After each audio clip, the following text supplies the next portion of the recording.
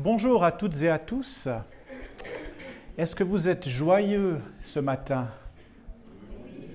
Oui, moi je suis joyeux aussi ce matin parce que Pâques, c'est le jour de joie par excellence.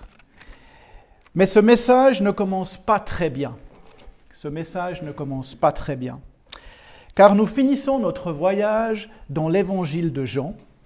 Ça fait une année qu'en Église, on voit les rencontres de Jésus dans l'évangile de Jean.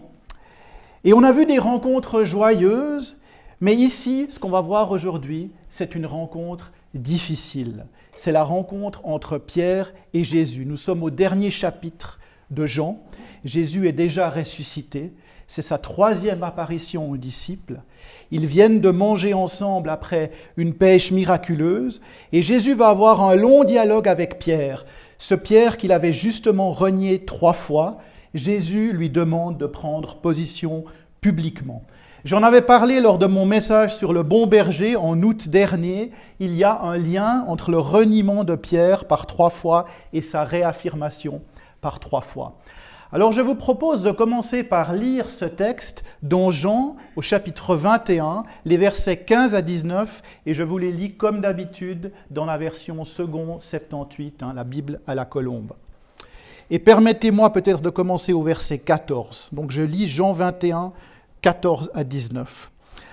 C'était déjà la 3e fois que Jésus se manifestait à ses disciples depuis qu'il était ressuscité d'entre les morts. Après qu'ils eurent mangé, Jésus dit à Simon-Pierre, « Simon, fils de Jonas, m'aimes-tu plus que ne le font ceux-ci » Il lui répondit, « Oui, Seigneur, tu sais que je t'aime. » Jésus lui dit, « Prends soin de mes agneaux. » Il lui dit une seconde fois, « Simon, fils de Jonas, m'aimes-tu » Pierre lui répondit, « Oui, Seigneur, tu sais que je t'aime. » Jésus lui dit, « Sois le berger de mes brebis. » Il lui dit pour la 3e fois, « Simon, fils de Jonas, m'aimes-tu » Et Pierre fut attristé de ce qu'il lui avait dit pour la 3e fois, « M'aimes-tu » Et il lui répondit, « Seigneur, tu sais toutes choses, tu sais que je t'aime. » Et Jésus lui dit, « Prends soin de mes brebis.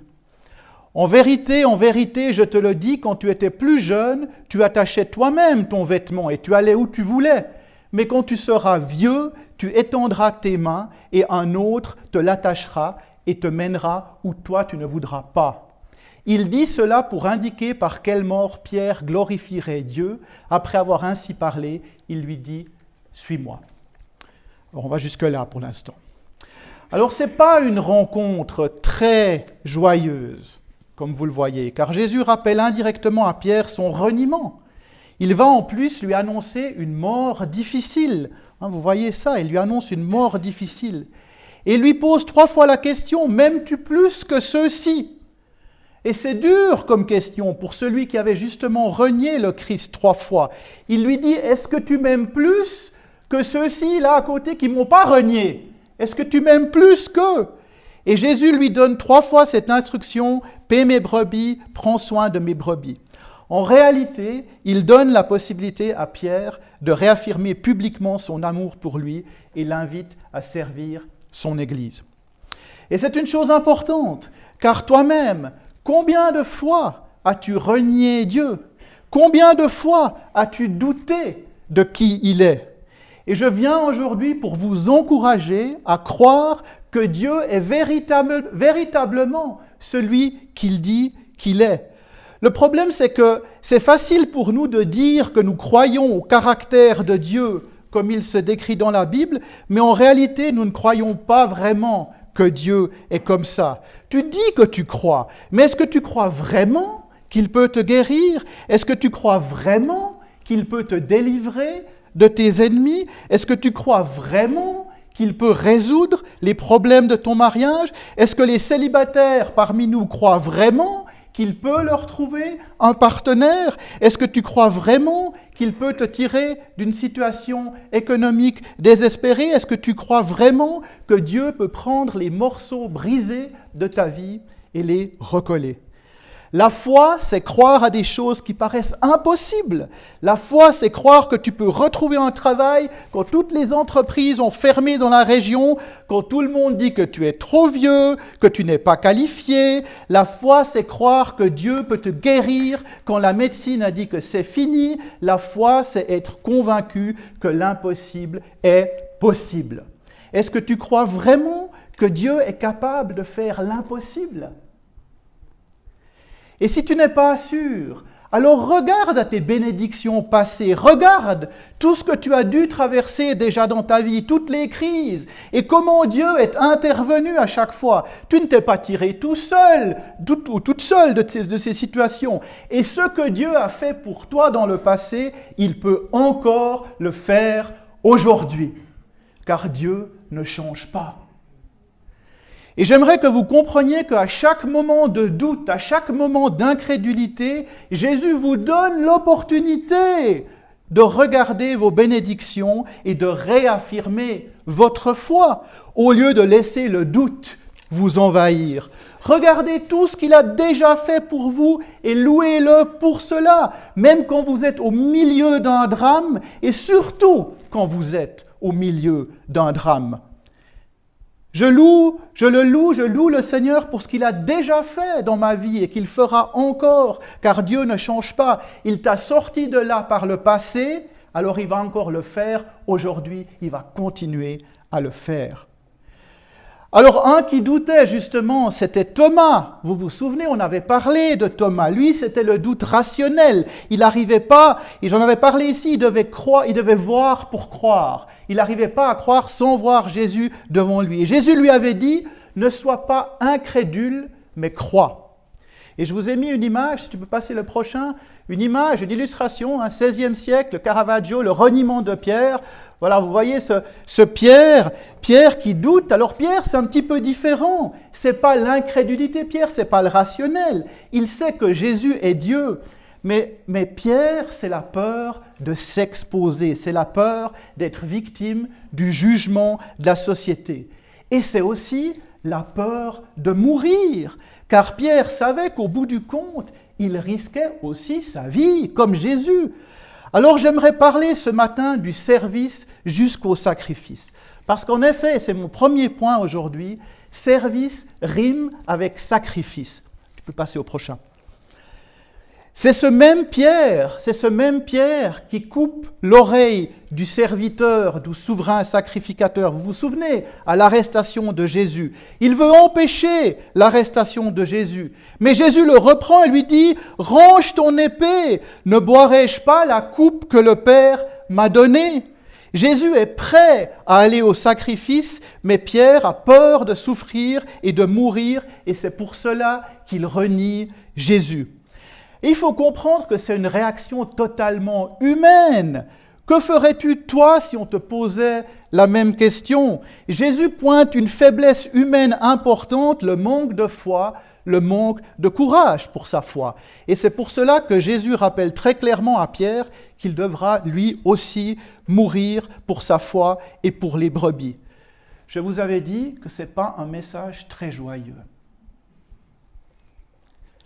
Mais plutôt que de s'affliger, Jésus lui donne par trois fois une responsabilité, celle de prendre soin de ses brebis. Et ce mot de responsabilité qu'il lui donne est important, car nous vivons aujourd'hui dans un monde, dans une société qui ne veut pas avoir de responsabilité. C'est presque devenu un vilain mot, les responsabilités aujourd'hui. Les gens n'aiment pas les responsabilités. On vit dans une culture où les gens veulent les bénéfices sans les responsabilités. Ils veulent l'argent sans le job. Ils veulent le diplôme sans les études. Ils veulent une belle maison sans la responsabilité de s'occuper du jardin. Ils veulent vivre avec quelqu'un, coucher avec quelqu'un sans la responsabilité du mariage. Ils veulent une famille sans la responsabilité de s'occuper de leurs enfants. Ils veulent le succès sans l'effort. Ils veulent tout sans prendre la responsabilité de rien. Aujourd'hui, les gens ont 1000 excuses pour éviter leurs responsabilités et ça devient très difficile pour Dieu de vous bénir et de vous honorer quand vous n'êtes pas responsable. Et pourtant, tu sais, et la Bible nous enseigne que celui qui est fidèle en peu de choses, Dieu lui confiera beaucoup. Amen. Mais si tout dans ta vie tourne toujours autour de toi, ça devient compliqué. Ce coup de fil est pour toi. Cet email est pour toi, ce rendez-vous est pour toi, tes vacances, bien sûr, elles sont pour toi, ton salaire, c'est pour toi, ton steak, c'est pour toi, tes réussites sont pour toi, tes soucis aussi sont pour toi. Tout dans ta vie tourne autour de toi. Mais quand tu es disciple de Jésus, ta vie ne tourne plus autour de toi. La question pour le disciple, c'est savoir dans quelle mesure est-ce que ta vie glorifie Dieu. C'est pas ce que je veux moi, mais ce que Dieu veut pour ma vie. Et Jésus insiste là-dessus. J'aimerais relire les versets 18 à 19 dans ce dialogue avec Pierre, quand il lui dit « en vérité, je te le dis, quand tu étais plus jeune, tu attachais toi-même ton vêtement et tu allais où tu voulais. » Pierre, il faisait ce qu'il voulait lui. C'est lui qui attachait son vêtement, il allait où il voulait lui. Il faisait tout selon ce qu'il voulait lui. Mais quand tu seras vieux, tu étendras tes mains et un autre te l'attachera et te mènera où tu ne voudras pas. Il dit cela pour indiquer par quelle mort Pierre glorifierait Dieu. Après avoir ainsi parlé, il lui dit « Suis-moi ». Alors on voit, il y a un changement du moment où Pierre faisait ce qu'il voulait dans sa vie et le moment où il va être disciple et servir même jusqu'au sacrifice de sa vie. Et le texte nous dit que sa mort glorifie Dieu. Et pourquoi sa mort glorifie Dieu ? Eh bien parce que Pierre, il n'est pas mort en faisant la fête à Rome, peut-être en participant à une orgie avec Néron. Non, Pierre, il est mort dans son rôle de serviteur des brebis. Il était au service de l'Église, au service des autres, et il est mort pour ça, pour les brebis. Et qui étaient les brebis ? Eh bien, on en avait parlé, les brebis, c'était tout d'abord les brebis d'Israël, mais Jésus avait précisé qu'il avait aussi d'autres brebis qu'il devait aller chercher. Et c'est pour cela que Jésus envoie les disciples en mission vers le monde entier, vers toutes les nations. C'est pas pour rien que ça s'appelle assemblée missionnaire ici. Et c'est tellement important, car le Seigneur part en mission à la recherche de ses brebis égarées. Et le missionnaire agit avec lui. C'est le Seigneur qui l'envoie prendre soin de ses brebis. Il en abandonne même 99 pour aller chercher la dernière qui s'est égarée, la 100e qui s'est égarée. Et cette brebis, elle n'a pas besoin d'être en Afrique ou en Polynésie. Cette brebis, elle est peut-être là à côté, là dehors, dans la fabrique. Moi, je les vois tous les lundis quand je suis ici. Je les vois à la pause, les ouvriers en train de fumer leur clope. La brebis égarée, elle est au restaurant de la Migros à Dlémont, où je vais manger tous les lundis. La brebis égarée, elle est à la blancherie, en train de boire des bières et de regarder un match de foot.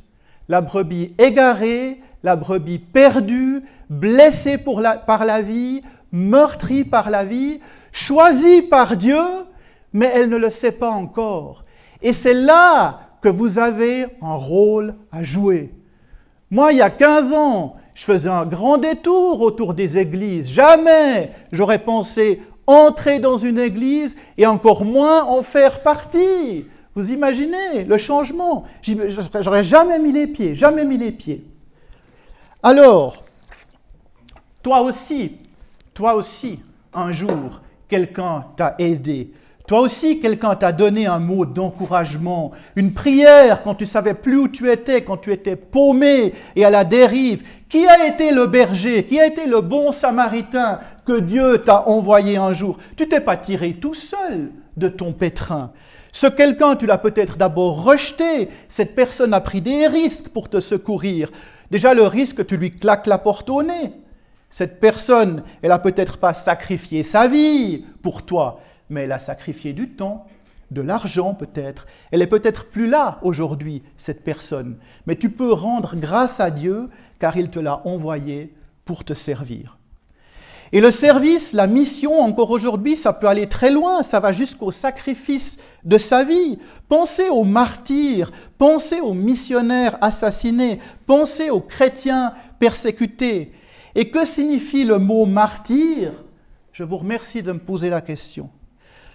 Le mot martyr, ça veut dire témoin. Oui, le martyr est un témoin du Christ, c'est celui qui meurt en raison de son témoignage. Mais en Suisse, à Delémont, au Jura, est-ce que tu risques vraiment ta vie si tu témoignes de ta foi publiquement?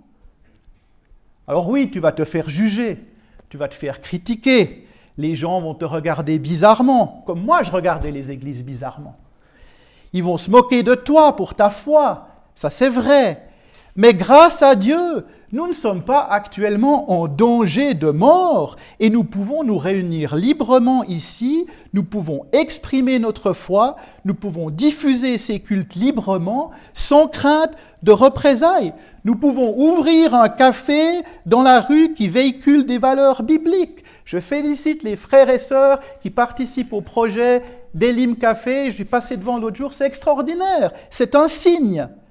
Donc nous ne sommes pas persécutés, peut-être mal aimés, mal appréciés, peut-être détestés par le monde. Les autorités ne vont pas vous faciliter la tâche si vous essayez d'ouvrir un café biblique, de prêcher en public. Moi j'ai un frère qui désire lancer une activité d'évangélisation publique. Les autorités ne lui facilitent pas la tâche. Il y a de la résistance, il y a des blocages. C'est pas grave, c'est normal, c'est même biblique. Jésus ne nous promet pas que le monde va nous accueillir à bras ouverts. Ça ne doit surtout pas te décourager, puisque c'est la même chose depuis 2000 ans.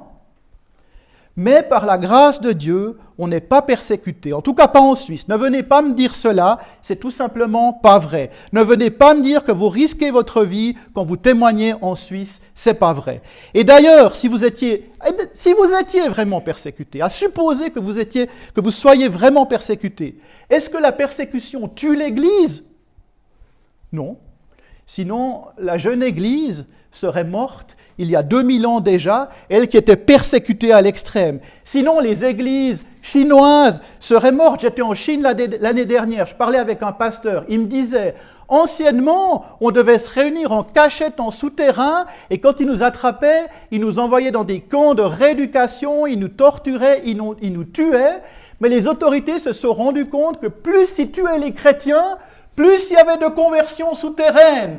Alors ils ont dit, on arrête maintenant de les tuer, simplement on va contrôler les églises. Donc maintenant, si vous allez en Chine à l'église, vous devez montrer votre passeport. Donc ils mettent des blocages, ils mettent des chicanes un petit peu, mais ils ne les tuent plus parce qu'ils se sont rendus compte, plus ils les persécutaient, plus il y en avait. Alors c'est pas la persécution.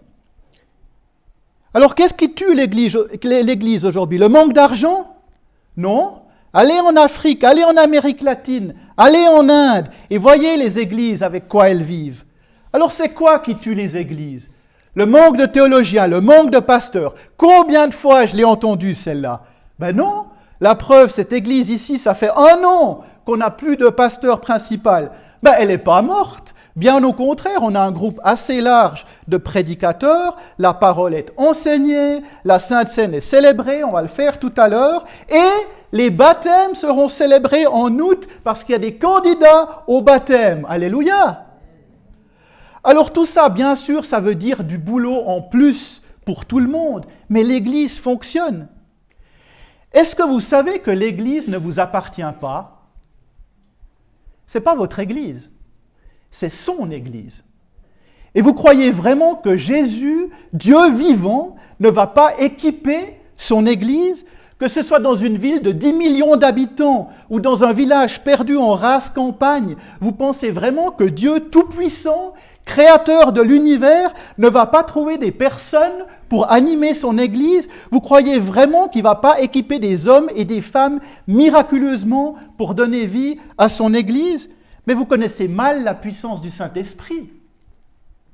J'étais en Amazonie avec Monica. Il y avait des frères et sœurs qui faisaient marcher l'Église. Pas des missionnaires, des gens locaux, sans diplôme, sans études de théologie, mais qui avaient la foi. Alors qu'est-ce qui tue l'Église? Si ce n'est pas le manque d'argent, si ce n'est pas le manque de théologiens, si ce n'est pas la persécution. Eh bien, ce qui tue l'Église, c'est le manque de passion pour l'Évangile, c'est l'absence de témoignage, l'absence de message pour le monde, c'est quand le sel a perdu sa saveur, c'est quand l'Église n'est plus là pour faire une différence dans le monde. C'est quand, par peur de l'opinion publique, par peur de la critique, un peu comme Pierre dans notre texte, les églises ont tendance soit à se cacher, à plus se montrer, ou alors elles ont tendance à diluer le message à tel point qu'il devient difficile de distinguer l'Église et le monde. Alors qu'on n'est même pas en danger de mort, oui, il y a des églises qui sont devenues froides, il y a des églises qui sont devenues mondaines, et elles se sont réduites alors à une sorte de club social. Vous n'aimez pas ce message, mais c'est vrai. On peut rester entre nous, discret, invisible, sans s'exposer, sans prendre de risques. On peut faire ça, mais ce n'est pas comme ça qu'on ira chercher la brebis du Seigneur qui est perdue au dehors. Parce que laissez-moi vous dire une chose. Les gens n'entrent pas si facilement que ça dans une église. Alors vous avez peut-être grandi dans une église. Vos parents allaient peut-être à l'église. Alors pour vous, c'était normal. Mais pour des gens comme moi, qui n'avait rien à voir avec l'Église. Mais quand j'ai commencé à m'y intéresser, j'habitais à l'époque à Morat, il y avait une grande église évangélique qui se réunissait juste à côté de la gare, et puis le parking qui était plein à craquer de voitures tous les dimanches. Et moi, ça m'intriguait, j'ai commencé à m'intéresser à ça. Mais mes amis, mes collègues de travail, les membres de ma famille, mais ils sont venus, ils m'ont dit, mais fais gaffe, c'est des sectes, fais gaffe, ils vont en vouloir à ton argent, ils vont te faire un lavage de cerveau, ils vont t'interdire d'aller chez le médecin, ils vont t'interdire de regarder la télévision. Moi, j'ai entendu toutes ces choses-là. J'ai vraiment entendu ça. Et s'ils étaient venus me demander « Ah, mais Seb, c'est pas toi qu'on a vu là dimanche, c'était pas ta bagnole là sur le parking de l'église avec la secte ?» J'aurais dit « Non, moi, jamais, ben, jamais, je les connais même pas, qu'est-ce que tu as mal vu ?» J'aurais dit ça, j'aurais renié ma foi. J'aurais renié ma foi. Et cette église, j'y serais jamais allé s'ils n'avaient pas eu un petit peu de visibilité, s'ils n'avaient pas eu un site internet avec un petit peu des photos, des gens souriants, quelques vidéos, des messages avec la louange, une équipe d'accueil. Je savais quand même un tout petit peu où je mettais les pieds, parce qu'ils avaient une petite fenêtre sur le monde où je pouvais guigner comme ça, hein, guigner. Je regardais comme ça, je ne sais pas si c'est du patois neuchâtelois, guigner, vous dites au Jura, guigner.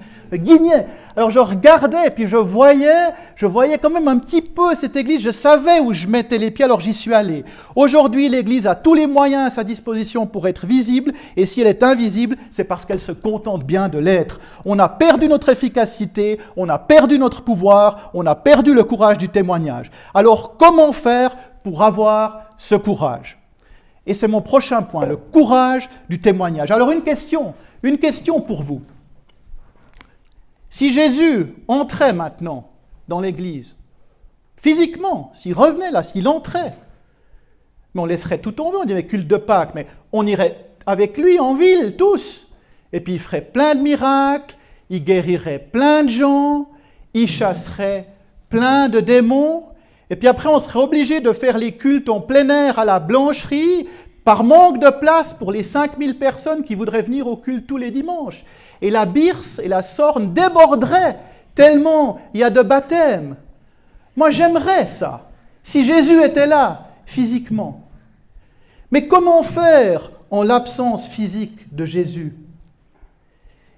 Et ça, c'était tout le problème, même pour les apôtres, qui pourtant, eux, avaient vécu avec Jésus, qu'ils avaient vu dans son corps ressuscité. Ils avaient du mal à prendre courage en son absence. Souvenez-vous de cette scène dans le même chapitre, hein, Sylvio en avait parlé, le dernier message, des apôtres incapables de pêcher un seul poisson en toute une nuit, découragés, affamés sur les bords de la mer de Tibériade, et qui ont besoin de Jésus pour leur donner les instructions de pêche.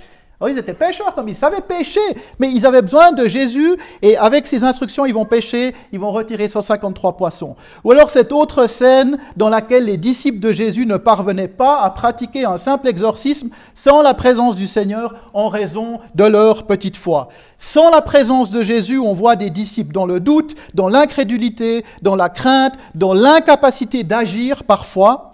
Ils avaient besoin d'être équipés. Et dans Luc, juste avant son ascension, Jésus leur dit justement « J'enverrai sur vous ce que mon Père a promis, mais vous restez dans la ville jusqu'à ce que vous soyez revêtus de la puissance d'en haut. » Il parle bien sûr du Saint-Esprit. Il y avait une sorte d'impuissance des disciples pour le ministère sans le Saint-Esprit. Et on avait justement un mot d'ordre dans cette église qui était affiché ici en haut, qui parlait du Saint-Esprit. Et ce mot d'ordre avait mystérieusement disparu. Et j'ai écrit ce message il y a une semaine, j'ai dit, ce mot d'ordre avait mystérieusement disparu. Et j'allais vous dire que j'espérais que ce mot allait réapparaître un jour de manière surnaturelle, peut-être à la Pentecôte. J'avais écrit ça. Et ce matin, Sébastien, il vient vers moi et me dit, ouais, hier soir, en préparant la salle, on a retrouvé le mot d'ordre. Il était planqué quelque part là derrière. Et il est là. Ça, c'était le mot d'ordre. Et c'est un mot d'ordre important. Et ce mot d'ordre, il résume ce message aujourd'hui. Ce mot d'ordre dit, à la rencontre des autres conduits par le Saint-Esprit, pour aller témoigner dans le monde, il faut être guidé et équipé par le Saint-Esprit. Et c'est mon prochain point. À la rencontre des autres conduits par le Saint-Esprit, on ne peut pas trouver le courage de témoignage, cette puissance de l'Évangile simplement par nos forces humaines. On n'est pas assez fort en tant qu'humain. Non, c'est quelque chose de surnaturel. On a besoin d'être équipé par la puissance d'en haut, la puissance du Saint-Esprit. Sans le Saint-Esprit, on ne peut rien faire. Ce que j'ai découvert en 12 ans de vie avec Christ, en visitant des églises aux quatre coins du monde, c'est que Dieu est capable d'utiliser des personnes non qualifiées pour faire des choses spectaculaires par la puissance du Saint-Esprit. Alors je ne dis pas des personnes complètement incompétentes, ne me comprenez pas mal, mais des personnes qui sur le papier ne semblaient pas être prédestinées à diriger une église, à prêcher, à louer, à intercéder pour les autres, à prendre soin des brebis, et pourtant elles sont là. De Lémont, 12 000 habitants, il y a environ 120 personnes ici ce matin, mais c'est 1% de la population de la ville, c'est pas n'importe quoi. 1%, ce 1%, le Seigneur l'équipe puissamment pour la mission. Vous vous rendez compte du privilège que vous avez d'être ici ce matin? Est-ce que vous comprenez que si une église existe ici en ces lieux, 2000 ans après la venue de Jésus, à 4000 kilomètres de route de Jérusalem, c'est grâce à la puissance du Saint-Esprit qui équipe son église depuis la Pentecôte. Et je me réjouis car je sais que Dieu équipe des personnes de manière inattendue. David, quand il a reçu son onction secrète, Samuel voyait bien que les frères aînés de David, ils étaient plus forts, ils étaient plus puissants que David.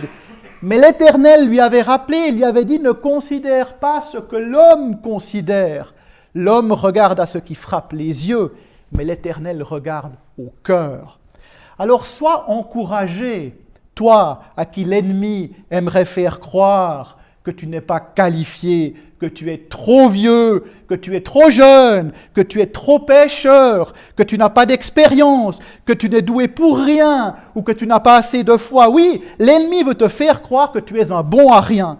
Mais moi, je crois que si tu fais partie des 1% de la ville qui sont venus, Dieu est déjà en train de t'équiper. Je crois, et la Bible nous enseigne, que Dieu regarde au cœur. Et quand Dieu le décide, il peut t'équiper pour grimper l'Everest, alors que toi, tu crois que ton sommet s'arrête à Chasseral. Moi, je crois ça. À la rencontre des autres, conduit par le Saint-Esprit. Ce mot d'ordre, il est réapparu ce matin. Je voulais dire, j'attendais qu'il réapparaisse et il est réapparu. Alors, ce n'est pas un vrai miracle, il était quelque part derrière, mais je suis reconnaissant parce que ça m'encourage qu'il soit réapparu justement hier soir. Et justement, j'aimerais vous parler du surnaturel, et je dois terminer, je finis là-dessus. Je vous parle 5 minutes du surnaturel et je termine. Pas besoin d'attendre la Pentecôte pour le surnaturel. Car en ce dimanche de résurrection, C'est un événement hautement surnaturel que nous célébrons. En réalité, tout ce que nous célébrons à l'Église est surnaturel. Que ce soit Noël, Pâques, Pentecôte, l'Ascension, chaque culte, chaque baptême, chaque sainte scène, chaque louange, chaque adoration, chaque prière, est-ce que vous savez que votre foi est un miracle en tant que tel? Si Dieu a ouvert vos cœurs un jour pour la foi, ça ne vient pas de vous, mais c'est le don de Dieu par son esprit. La raison humaine ne peut pas comprendre ça, c'est une chose surnaturelle. Et je suis venu ici ce matin pour vous rappeler et vous proclamer que tout dans votre foi est surnaturel, au cas où vous l'auriez oublié. Je ne sais pas pour vous, mais moi je crois des choses complètement dingues, je crois des choses surnaturelles, des choses que la science ne peut pas expliquer. Je crois que Jésus est né d'une vierge. Je crois qu'il est né d'une femme qui n'avait jamais couché avec un homme auparavant. Si ça, ce n'est pas surnaturel. Je crois qu'il a transformé l'eau en vin. Je crois qu'il a nourri 5000 personnes avec 5 pains et 2 poissons. Je crois qu'il a redonné la vue à l'aveugle né. Je crois qu'il a marché sur l'eau.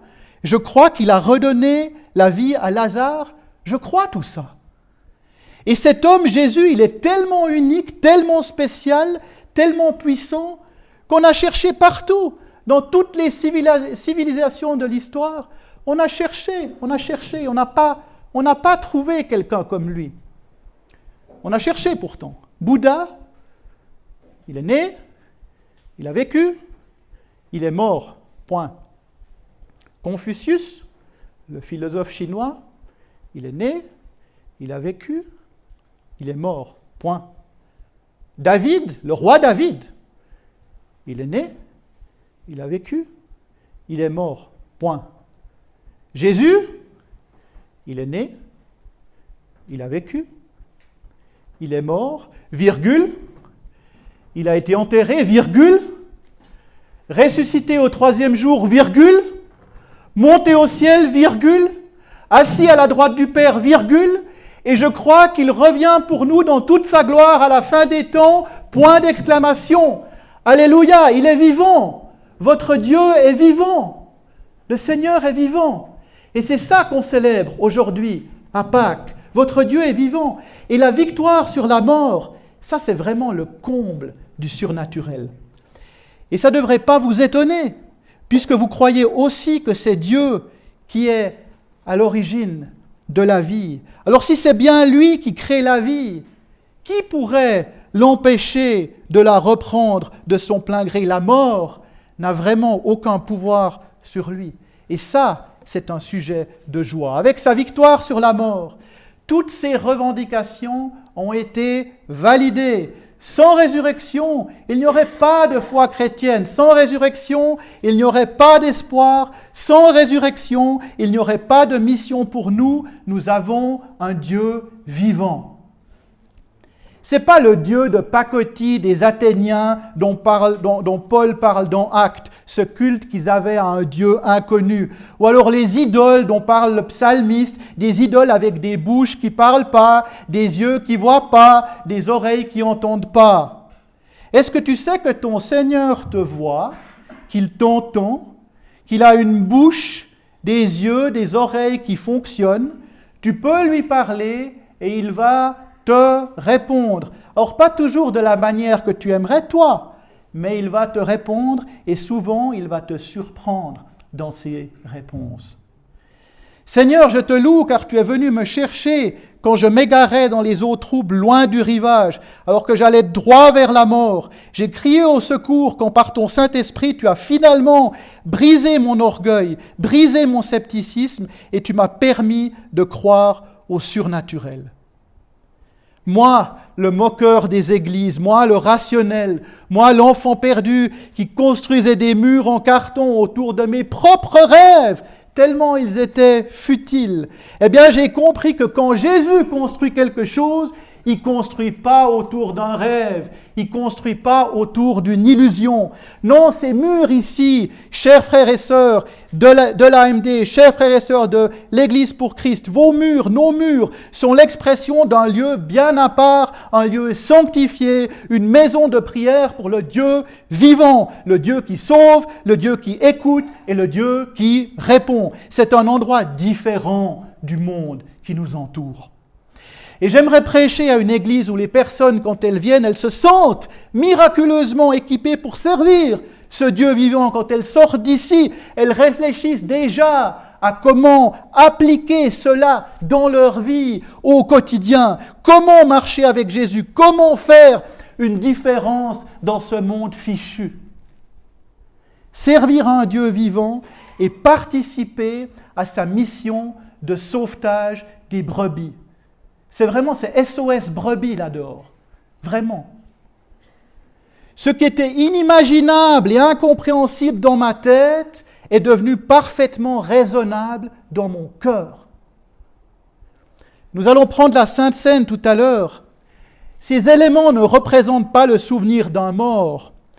Ce n'est pas le sang et le corps d'un cadavre, quelle horreur! Ce que nous allons célébrer, c'est le corps vivant de Christ, le sang de la nouvelle alliance et la vie éternelle qui nous est donnée par l'Esprit. J'aimerais que vous compreniez que vous avez un Sauveur vivant, majestueux, doté d'un pouvoir surnaturel absolu, illimité et capable de faire infiniment plus que dans votre vie, que dans votre imagination la plus folle. Alors rendons-lui gloire aujourd'hui. Dieu est vivant, il est vraiment ressuscité. Amen.